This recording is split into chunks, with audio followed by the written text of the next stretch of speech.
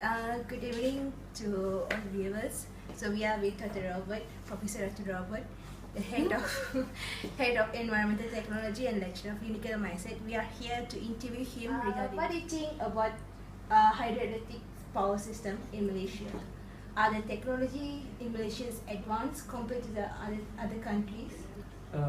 Hydropower is already well established in Malaysia. I think if you look at the statistics, maybe 6-7% of our electricity is already generated from hydropower. The technology, in detail, I don't know how advanced it is, but I would presume it is according to international standards. So companies like Siemens, they are very well established, and I believe they have been part of it. Mostly when we talk about hydropower, there is Siemens involved. They have got very good turbines for hydropower, so they can have a good energy conversion efficiency. So I believe it's very efficient already. There will be more technology created which will create higher electricity demands in the world. Okay, how would you recommend to improve and enhance the hydroelectric energy system for the future in Malaysia?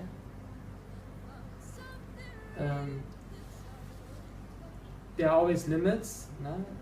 Each energy source has theoretical potential, and then it has an economical potential that we can realize.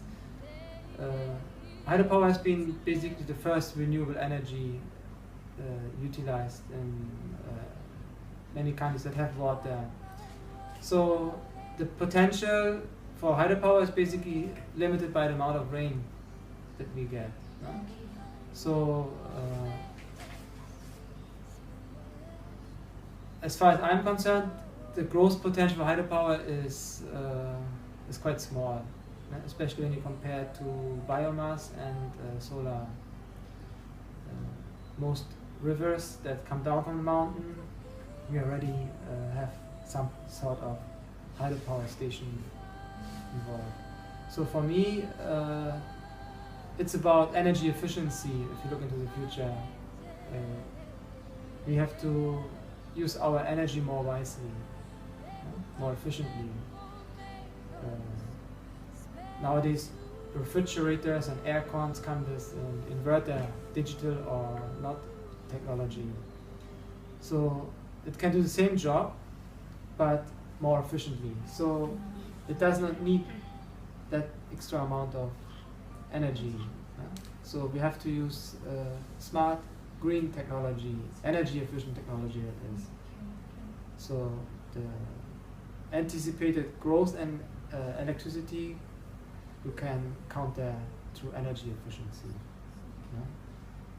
And of course, if it's still possible, expand your renewable energy. But for hydropower, I don't think it's much growth. There are only small and mini hydropower plants where for local solutions, maybe for villages, remote places near a small river, you can use some energy, but for big cities like Kuala Lumpur,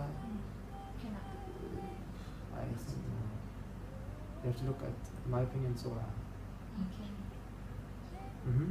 Okay, so next is since Doctor is a professor from environmental technology background, what do you think of environmental effect in terms of nature ecosystem and how to overcome this problem?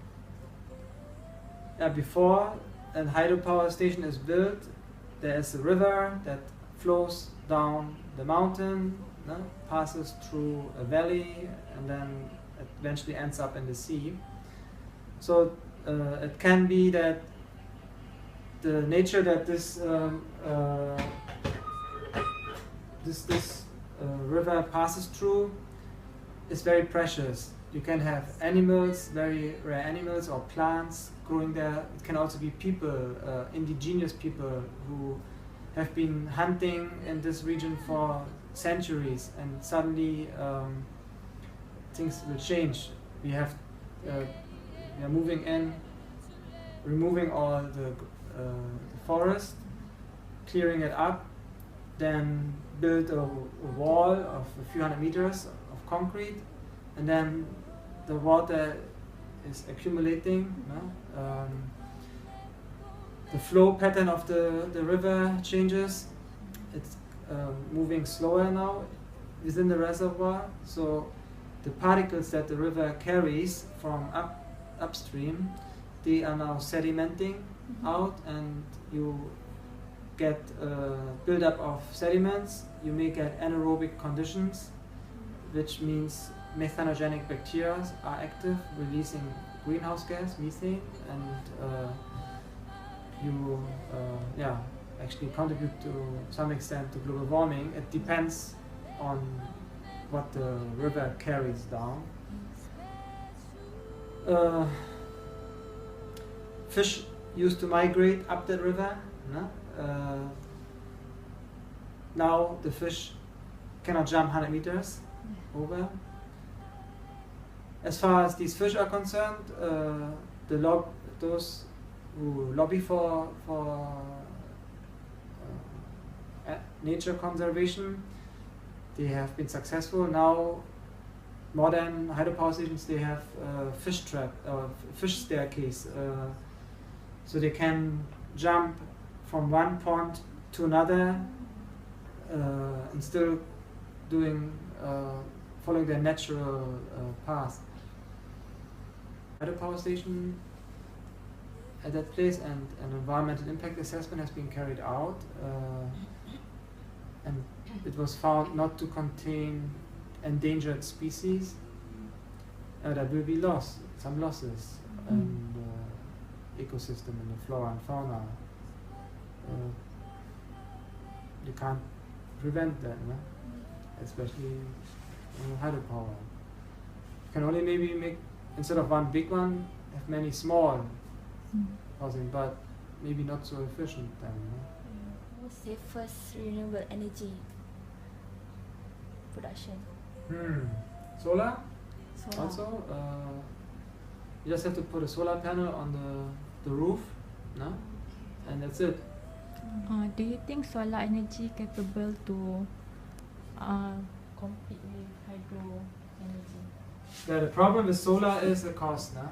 That the reason why we have hydropower is because it's cheap. I think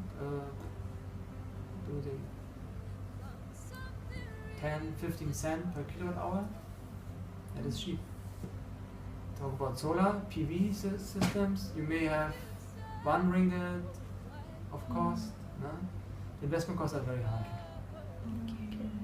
So to recover your investment cost, you must sell the electricity.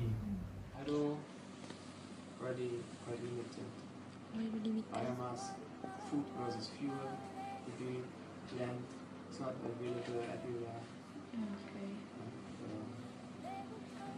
You cannot use the waste, the bio waste.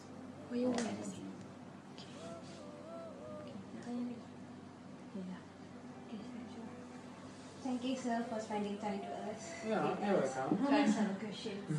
And sorry for disturbing you during your work time. Well, it's also part of the job. So. Alright. Yeah.